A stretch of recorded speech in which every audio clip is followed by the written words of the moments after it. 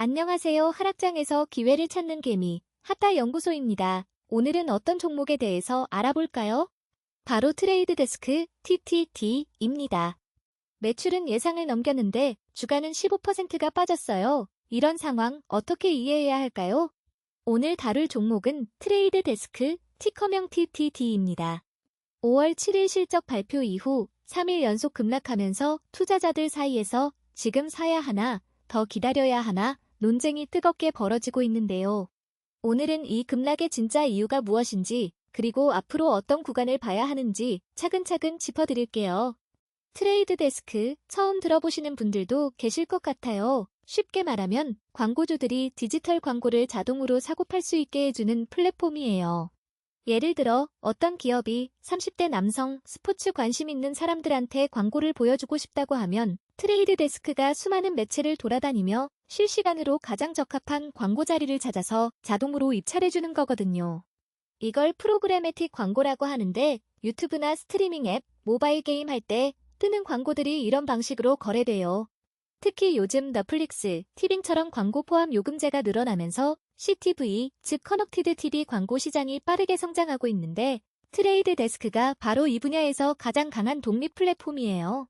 경쟁사로는 구글의 DV360, 아마존 DSP가 있는데요. 트레이드 데스크의 차별점은 특정 미디어 회사에 속하지 않은 중립적인 플랫폼이라는 거예요. 구글은 자기 매체를 우선시할 수밖에 없잖아요. 트레이드 데스크는 그런 이해 충돌이 없다는 게 광고주들한테 매력 포인트예요. 현재 시가총액은 약 110억 달러 수준이고 광고주가 플랫폼을 통해 집행하는 광고비의 일정 비율을 수수료로 받는 구조라 광고 시장이 커질수록 매출도 자연스럽게 늘어나는 모델이에요. 자, 그럼 이번 주 무슨 일이 있었는지 하나씩 살펴볼게요. 첫 번째로 5월 7일에 1분기 실적이 발표됐어요. 1분기 매출은 6억 8,900만 달러를 기록하면서 시장 예상치를 소폭 넘겼어요. 숫자만 보면 나쁘지 않죠? 그런데 주가는 왜 15%나 빠진 걸까요? 문제는 EPS, 즉 주당 순이익에서 터졌어요. 매출은 맞췄는데 이익이 기대에 못 미친 거거든요. 쉽게 말하면 팔긴 많이 팔았는데 남긴 돈은 생각보다 적더라, 이런 상황인 거예요. 투자자 입장에서는 매출 성장보다 실제로 돈을 얼마나 버냐를 더 중요하게 보거든요. 특히 요즘처럼 고금리 환경에서는 수익성이 더 예민한 포인트가 되는 거죠. 두 번째로 2분기 가이던스가 실망을 줬어요. 회사가 2분기 매출 목표로 7억 5천만 달러를 제시했는데 시장이 기대했던 수준에 미치지 못했어요. 성장주는 미래 기대감으로 주가가 유지되는 경우가 많잖아요. 그런데 미래 전망까지 흐려지니까 매도세가 한꺼번에 터진 거예요. CEO는 우리 최고의 날은 아직 앞에 있다며 자신감을 표했는데 시장 반응은 전혀 달랐어요. 5월 7일 하루 거래량이 무려 4,300만 주를 넘겼거든요. 평소 거래량의 2배가 훌쩍 넘는 수치예요. 그만큼 실망한 투자자들이 한꺼번에 던졌다는 뜻이죠. 세 번째로 증권사 목표주가 하향도 나왔어요. 벤치마크라는 증권사가 이번 실적 이후 목표 주가를 낮췄고 미국 금융 매체 베런즈는 트레이드 데스크 실적 이후 고통스러운 상황이라는 직설적인 제목의 기사를 냈어요. 현재 20달러 수준에서 이게 가치 투자 기회인지 아니면 떨어지는 칼을 잡는 건지 논쟁이 계속되고 있는 상황이에요. 여기에 거시 환경도 우호적이지 않아요. 연준이 금리를 내릴 이유가 점점 줄어들고 있다는 보도가 나오고 있거든요.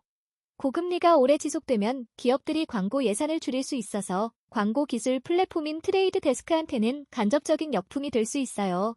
다행인 점은 S&P 500 전체 시장은 오히려 연속 상승세를 보이고 있어서 이번 하락은 시장 전체 문제가 아니라 트레이드 데스크만의 종목 고유 이슈라는 거예요.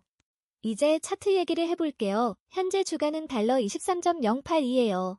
최근 30일 흐름을 보면 4월 20일에 달러 24.05까지 반등했다가 5월 5일 달러 24.61로 단기 고점을 찍었어요. 그런데 실적 발표 이후 5월 6일부터 3일 연속으로 빠지면서 고점 대비 약 6.2% 내려온 상황이에요. 이동평균선부터 볼게요. 이동평균선은 일정 기간 동안의 평균 주가를 선으로 이어놓은 건데 주가가 이 선 아래에 있으면 지금 약세다라는 신호로 봐요. 현재 20일 이동평균은 달러 23.26, 50일 이동평균은 달러 23.74인데 지금 주가 달러 23.08은 이 두 선을 모두 밑돌고 있어요. 단기, 중기 모두 추세가 꺾여 있다는 뜻이죠. 특히 200일 이동평균이 달러 40.15에 있는데 현재가 달러 23.08이라는 건 1년 장기 평균 대비 42.5%나 아래에 있다는 거예요. 이건 정말 극심한 하락이에요. 장기 추세를 회복하려면 상당한 시간이 필요한 수준이에요. RSI는 47.8이에요. RSI는 0에서 100 사이 숫자인데 30 이하면 과매도, 70 이상이면 과매수로 봐요. 47.8은 딱 중간이에요. 쉽게 말해서 아직 방향이 안 잡혔다는 거거든요. 지금 당장 반등할 것 같지도 않고 그렇다고 더 폭락할 것 같지도 않은 애매한 구간이에요. 먹들을 보면 히스토그램이 0.10으로 아직 매수 신호 영역에 있어요. 먹드는 단기 이동평균과 장기 이동평균의 차이를 보는 건데 히스토그램이 플러스면 단기적으로 상승 모멘텀이 살아있다는 의미예요. 다만 3일 연속 하락 압력을 감안하면 이 신호가 얼마나 버텨줄지 지켜봐야 해요. 볼린저 밴드를 볼게요. 볼린저 밴드는 주가 변동 범위를 위아래로 그어놓은 띠인데 상단이 달러 25.15, 중간이 달러 23.26, 하단이 달러 21.36이에요. 현재 주가 달러 23.08은 중간 밴드 아래에 있어서 하단 쪽으로 접근하고 있는 흐름이에요.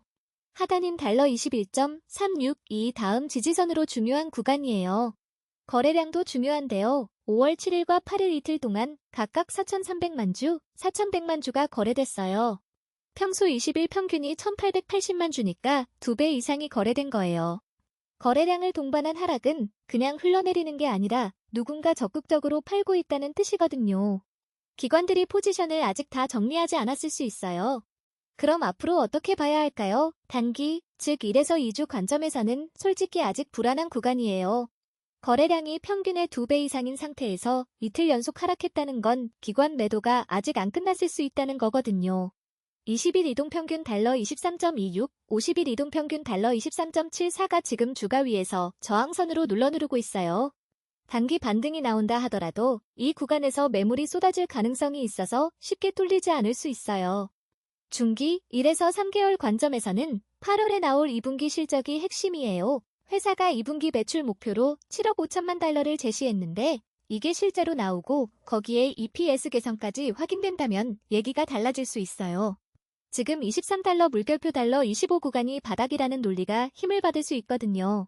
하지만 그 전까지는 불확실성이 크게 남아있어요. 매수를 고려하신다면 볼린저 밴드 하단인 달러 21.36 근처까지 밀렸다가 반등하는 구간 또는 50일 이동평균 달러 23.74를 거래량을 동반해서 회복하는 걸 확인한 뒤 접근하는 게 리스크 관리 측면에서 유리한 전략이에요. 손절 기준은 21달러 아래를 이탈하면 추가 하락 위험이 커진다고 봐야 해요. 레버리지 F인 TTU에 관심 있는 분들은 특히 조심하셔야 해요. 5월 8일 하루에만 마이너스 5.75%가 빠졌거든요. 원래 주식이 마이너스 1.75% 하락한 것에 비해 3배 넘게 빠진 거예요. 레버리지 F는 매일 리밸런싱을 하기 때문에 며칠 연속 하락하면 손실이 기하급수적으로 불어나요. 방향이 명확하게 잡히기 전에는 레버리지 F 신규 진입은 정말 신중하셔야 해요. 오늘 트레이드 데스크를 한 문장으로 정리하면 이렇게 말할 수 있어요. 매출은 선방했지만 이익이 실망을 줬고 가이던스까지 기대에 못 미치면서 급락한 상황으로 볼린저 밴드 하단 지지 여부와 50일 이동평균 회복을 확인하기 전까지는 서두르지 않는 게 현명한 접근이에요. 지금 이 종목은 싸게 샀다가 아니라 바닥을 확인했다는 신호를 먼저 기다려야 하는 구간이에요. 감사합니다. 하따연구소였습니다. 영상이 도움이 되었다면 구독, 좋아요 부탁드립니다. 모두 부자 되세요.